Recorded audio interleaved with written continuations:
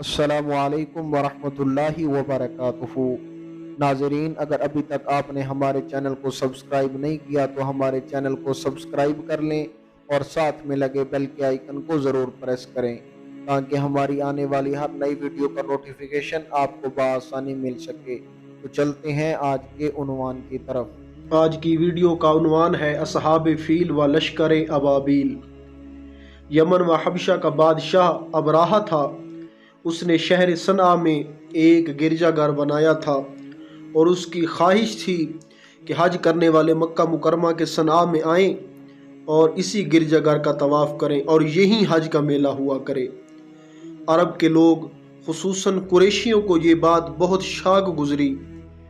چنانچہ قریش کے قبیلہ بنو کنانہ کے ایک شخص نے آپے سے باہر ہو کر صنعا کا سفر کیا اور ابراہا کے گرجا گھر میں داخل ہو کر پیشاب یعنی پاخانہ کر دیا اور اس کے در و دیوار کو نجاست سے آلودہ کر دیا۔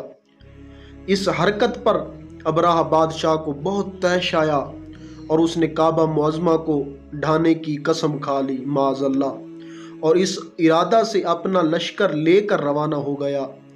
اس لشکر میں بہت سے ہاتھی تھے اور ان کا پیش روح ایک بہت بڑا پیکر ہاتھی تھا جس کا نام محمود تھا۔ ابراہا نے اپنی فوج لے کر مکہ مکرمہ پر چڑھائی کر دی اور اہل مکہ کے سب جانوروں کو اپنے قبضہ میں لے لیا، جس میں عبد المطلب کے اونٹ بھی تھے۔ یہی عبد المطلب جو ہمارے حضور خاتم النبیین صلی اللہ علیہ وآلہ وسلم کے دادا بھی ہیں، خانہ کعبہ کے متولی اور اہل مکہ کے سردار تھے۔ یہ بہت ہی روبدار اور نہایت ہی جسیم قسم کے آدمی تھے۔ یہ ابراہا کے پاس آئے۔ ابراہا نے ان کی بہت تعظیم کی اور آنے کا مقصد پوچھا تو آپ نے فرمایا کہ میرا مطلب یہ ہے کہ تم میرے اونٹوں کو مجھے واپس دے دو۔ یہ سن کر ابراہا نے کہا کہ مجھے بڑا تعجب ہو رہا ہے کہ میں تو تمہارے کعبہ کو ڈھانے کے لیے فوج لے کر آیا ہوں، جو تمہارا اور تمہارے باپ دادا کا ایک بہت مقدس و محترم مقام ہے۔ آپ نے اس کے بارے میں تو کچھ بھی مجھ سے نہیں کہا، صرف اپنے اونٹوں کا مطالبہ کر رہے ہیں۔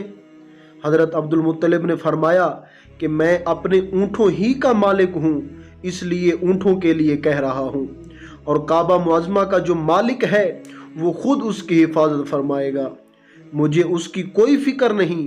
ابراہا نے آپ کے اونٹوں کو واپس کر دیا۔ پھر آپ نے قریش سے فرمایا کہ تم لوگ پہاڑوں کی گھاٹیوں اور چوٹیوں پر پناہ گزین ہو جاؤ۔ چنانچہ قریش مکہ نے آپ کے مشورہ پر عمل کیا۔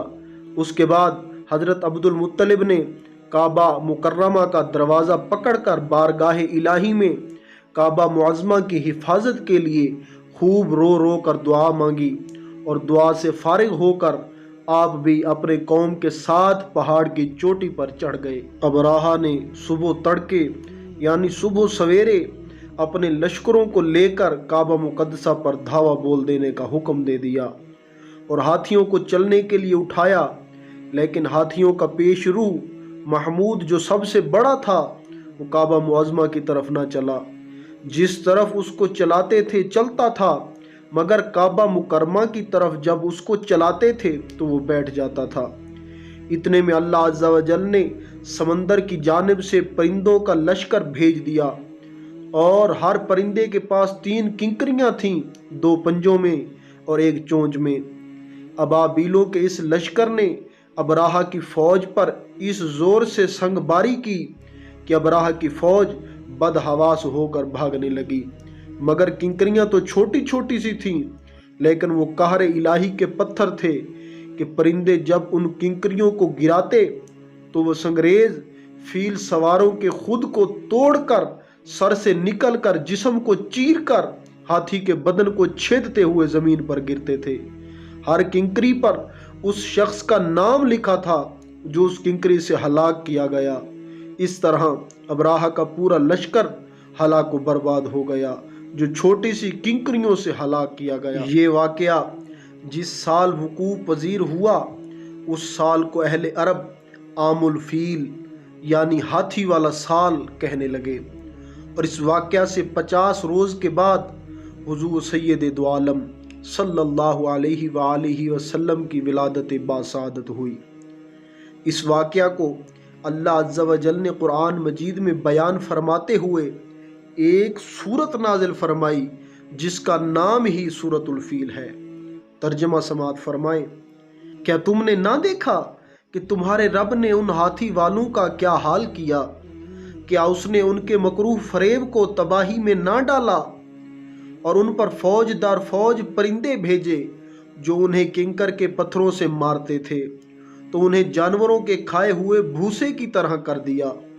درس ہدایت، اس سے معلوم ہوا کہ قرآن کریم کی طرح کعبہ معظمہ کی حفاظت کا ذمہ بھی خداوند قدوس نے اپنے ذمہ کرم پر رکھا ہے کہ کوئی طاغوتی طاقت نہ قرآن مجید کو فنا کر سکتی ہے نہ کعبہ معظمہ کو صفائے ہستی سے مٹا سکتی ہے، کیونکہ خداوند کریم ان دونوں کا محافظ و نگہبان ہے۔ واللہ تعالی اعلم۔ خوش رہیں اور خوشیاں بانٹتے رہیں۔ اگر آپ کو ہماری یہ ویڈیو اچھی لگی ہے تو اسے لائک، کمنٹ اور دوستوں کے ساتھ شیئر کیجئے، اور اگر ابھی تک آپ نے ہمارے چینل کو سبسکرائب نہیں کیا تو ہمارے چینل کو سبسکرائب کر لیجئے، اور مجھے اجازت دیجئے اگلی ویڈیو تک کے لیے اللہ حافظ۔